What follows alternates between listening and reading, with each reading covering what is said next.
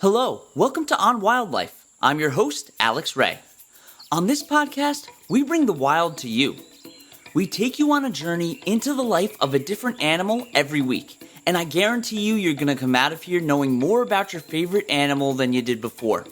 So last week, we talked about the tiny poison dart frog, but this week, we're getting a lot bigger. We're going to learn about an animal that is largely considered one of the most dangerous animals on the planet. They have massive jaws and a powerful bite, but they eat plants.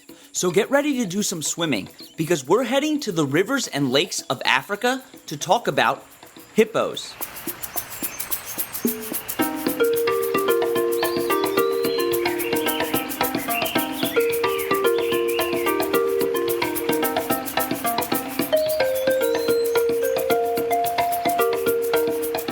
The scientific name for a hippo is Hippopotamus amphibius, and you may recognize that second part. Amphibious means partially in water and partially on land, and that's how hippos live their lives, mostly in fresh water, but they're able to go on land as well. And in ancient Greek, hippopotamus can be translated to river horse.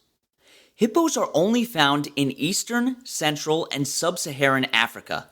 And they like to live in rivers and swamps, but they need it to not be too shallow because they'll only live there if they can submerge their entire body in water. At one point, hippos could be found in the Nile River, but they've gone extinct in that area because of humans, which we'll talk about later.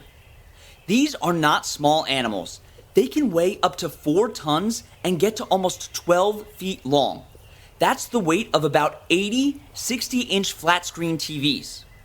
They can also live to be around 50 years old in the wild. About 16 hours a day, hippos are in the water, and this is because it can get pretty hot in Africa, and it's hard to cool down in something as big as them. And because they're such large animals, the water also helps to keep pressure off of their joints. And when they're not in the water, they're usually sunbathing, but they don't sweat like we do. They secrete 2 really weird liquids called hipposudoric acid and norhipposudoric acid. A long time ago, people actually thought that hippos would sweat blood because these are oily red substances, but now we know that it's not sweat or blood. Norhipposudoric acid is basically a natural sunblock, and just the regular old hipposudoric acid actually helps to fight against bacterial infections. Because they spend most of their life in the water, they are great at swimming and holding their breath. They can hold their breath for about 6 minutes at a time. And hippos are extremely well adapted to being in the water. For instance, their eyes and nostrils are on the upper part of their heads instead of facing forwards like ours are. This helps them float in the water while also being able to keep their eyes and nose above the water so that they can see and breathe. They also have webbed feet, which helps them swim more easily, and their short legs are actually very helpful in propelling them through the water. So we know a little bit about their time in rivers and swamps, but how do they do on land? Well, they usually come out of the water at night when it's a lot cooler. And hippos are not as clumsy or cumbersome as they would seem. They can reach speeds of around 20 miles per hour on land, so it wouldn't be a good idea to try and outrun them. So what do these huge animals eat? Even though they have these massive, powerful jaws, they're herbivores. At night, when they come out of the water, they follow hippo paths where they feed on grasses near lakes. They can eat around 90 pounds of grass every night, which may seem like a lot to us, but it's actually not a huge amount considering how heavy they are. And they'll spend hours grazing for food, traveling up to 10 miles to look for it. Not only do they like to eat grass, but they also consume a lot of shoots and leaves as well. In order to get the food that they need to survive, they have extremely muscular lips, which they use to pull out large amounts of grass at one time. But their teeth aren't meant for chewing, which is why they only tear the plants that they eat in small pieces, making it easier for them to swallow. This method also prevents a loss of nutrients in the food. In some cases, when there isn't any grass to eat, they'll eat dead animals, but this isn't good for them because their stomachs are made for eating plants, not meat. Some scientists think that this behavior of eating dead animals could also be caused by certain diseases. So it's important to know that if a hippo ever attacks a human, it's not because they want to eat the human. They're extremely territorial, especially females that are raising their young, and we'll talk about that later on in the episode. Like I said before, hippos have extremely strong jaws, and they can open their mouths up to 150 degrees. Their bite force is about 12,600 kilopascals per bite, which is extremely strong. To compare between another African animal, lions have a bite force of about 4,500 kilopascals, which is about 1/3 of the power of the hippo.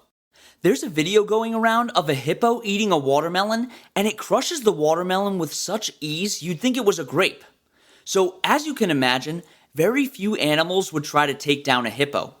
Only the top predators like lions and crocodiles would even attempt to eat a baby. But now it makes you realize why hippos are so protective over their young. And speaking of making babies, what is a hippo's mating ritual like? And do males compete with each other for mates? You're going to find out right after the break.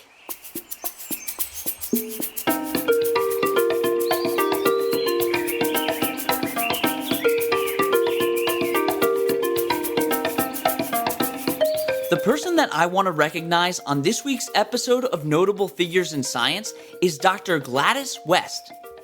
She was a mathematician known for her contributions in the mathematical modeling of the Earth and her work on the satellite geodesy models that contributed to the development of the GPS. In 1956, after gaining her master's and teaching in a segregated state, she was hired by the Naval Proving Ground, a weapons laboratory, to be a mathematician and was one of only 4 other black employees.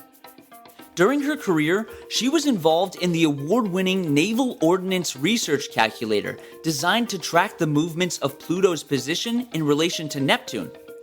She was inducted into the United States Air Force Hall of Fame in 2018, and she's considered one of history's hidden figures, which refers to people often overlooked for their scientific contributions, often black women. If you want to learn more about Dr. West or this series in general, check out onwildlife.org.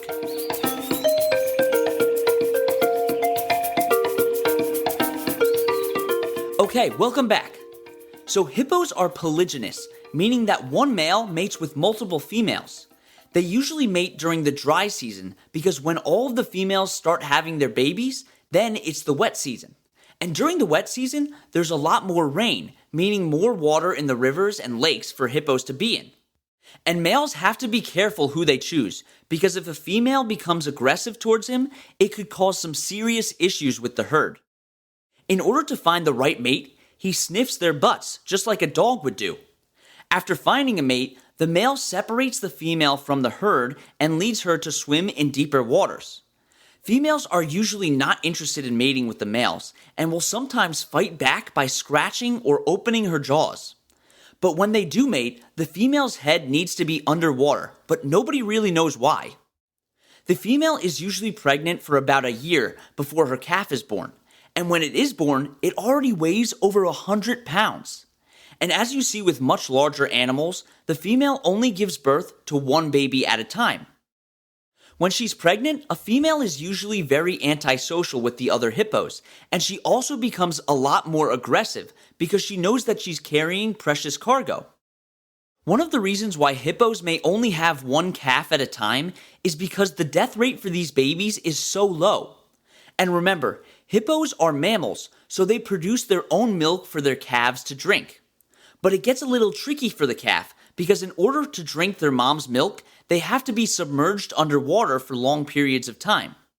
They become mature at about 4 years old, but they rely on their mom for food until they're about 1. The bond that hippo moms have with their offspring is one of the most important relationships that a hippo can have. You can often see them cuddling and working together on different things. But aside from this bond, there's also a complex social structure within the herd. The herd is mostly made of females and their offspring, and then there's one male who's the leader of the group. They also have specific territories in the water, and hippos are extremely protective over their territories. And the rule of the male is pretty much a dictatorship. Females are supposed to oblige with everything that the male wants to do. Researchers have also observed at times that females can become frustrated with what the male does. And other males can join the group, but they have to be submissive to the lead male. They can get kicked out if they get to be too aggressive to the leader. And when the male babies grow to maturity, they leave the herd and make their own bachelor group. Even though they do live in groups, they can also be very individualistic and at times selfish. They put their needs before the needs of pretty much any other individual in the herd. But we still don't know a lot about hippos' behavior because it's really hard to study them. First of all, they hang out in the water for most of the day and only come onto land at night. And they're also really territorial, so it's dangerous to get up close to them in the water. So now you've heard me say multiple times that hippos are very territorial. Why is that? Well, water is scarce in the places that they live, so they need to protect the area that they have. And hippos have a strange and kind of gross way of marking their territories. What they do is spin their tails and start to poop or pee. This flings the urine and feces in all directions around their territory. When a male hippo smells this, he knows that it's another male's territory. This is actually a pretty big problem for the people that live around this area because a lot of the time they use the nearby rivers and lakes for drinking water. When the hippos do this, they make the water unsafe to drink because of the bacteria that are found in their poop. It can cause deadly diseases if someone drinks this water. Usually when males are trying to occupy the same area, they'll have to fight each other for that territory. And you may have seen hippos fight in some nature documentaries. They open their mouths really wide and start to clash their mouths together, using their huge, sharp teeth to try and pierce the other individual. These fights are extremely dangerous and can cause serious injuries and even death to one of the males. And it's tough for the males that have just matured because they have to find their own territory and may have to fight another male in order to get one. So besides using smell to mark their territories, what other modes of communication do hippos use? You're going to find out right after the break.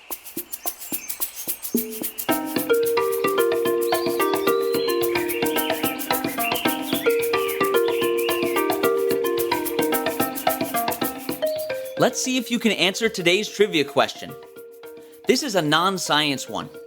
What continent was the world's richest man in history from?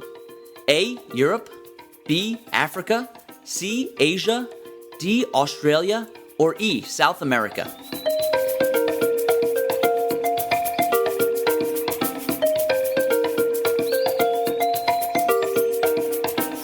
The answer is B. Africa.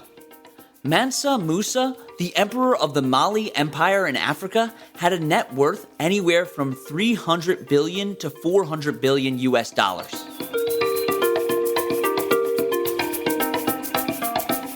So besides just using their scent, hippos communicate in a variety of ways. Usually it involves sound. They make different grunts and bellows. And just like we have different inflections in our voices that can mean different things, hippos can change the tone of their grunts to convey a variety of messages, although we haven't really figured out what it all means yet. One of the most interesting things about hippo communication is that their sounds can travel through the air and through the water. They can submerge their heads under the water and make a sound, and that sound will travel through the air as well as the water. Their sounds can travel for really long distances too. But what's really crazy is that scientists believe that hippos use echolocation, just like whales and dolphins do. How awesome is that? How are hippos important to the ecosystems that they live in? Well, one of the reasons that they're so important is because of how enormous they are. When they swim through the water, they actually create canals that allow water to run through them during the wet season. Oftentimes, there can be a huge amount of rainfall in short periods of time, but nowhere for the water to go. So the paths that these hippos create can help with that. This helps during the dry season too.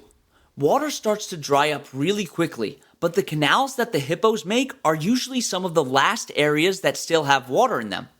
This makes sure that the fish populations don't die when most of the water dries up. Some parasites also rely on hippos for survival. For example, the monogene fluke lives on the surface of the hippo's eyeball, and leeches also use hippos as a host. Luckily, they're not really affected by these parasites. They may even be immune to certain parasites. Liver flukes are another example of a parasite, and they can appear in calves mostly. but the calves can usually live a healthy life after having them.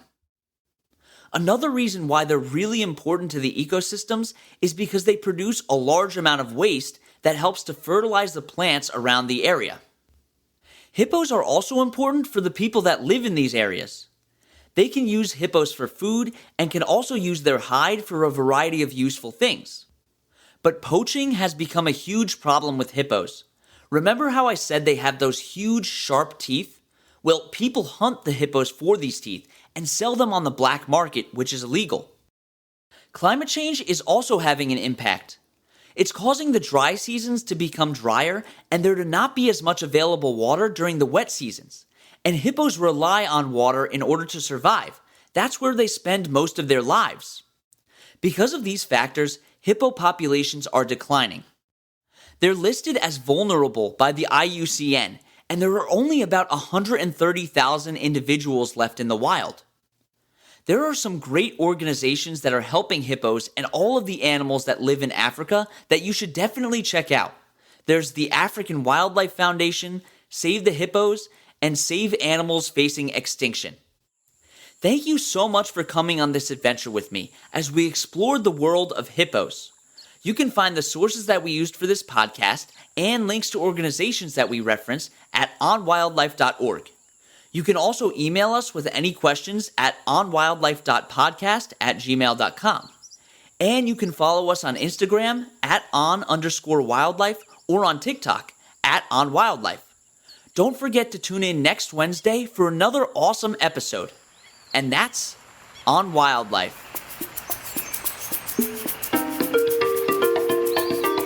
You've been listening to On Wildlife with Alex Ray. On Wildlife provides general educational information on various topics as a public service, which should not be construed as professional, financial, real estate, tax, or legal advice. These are our personal opinions only. Please refer to our full disclaimer policy on our website for full details.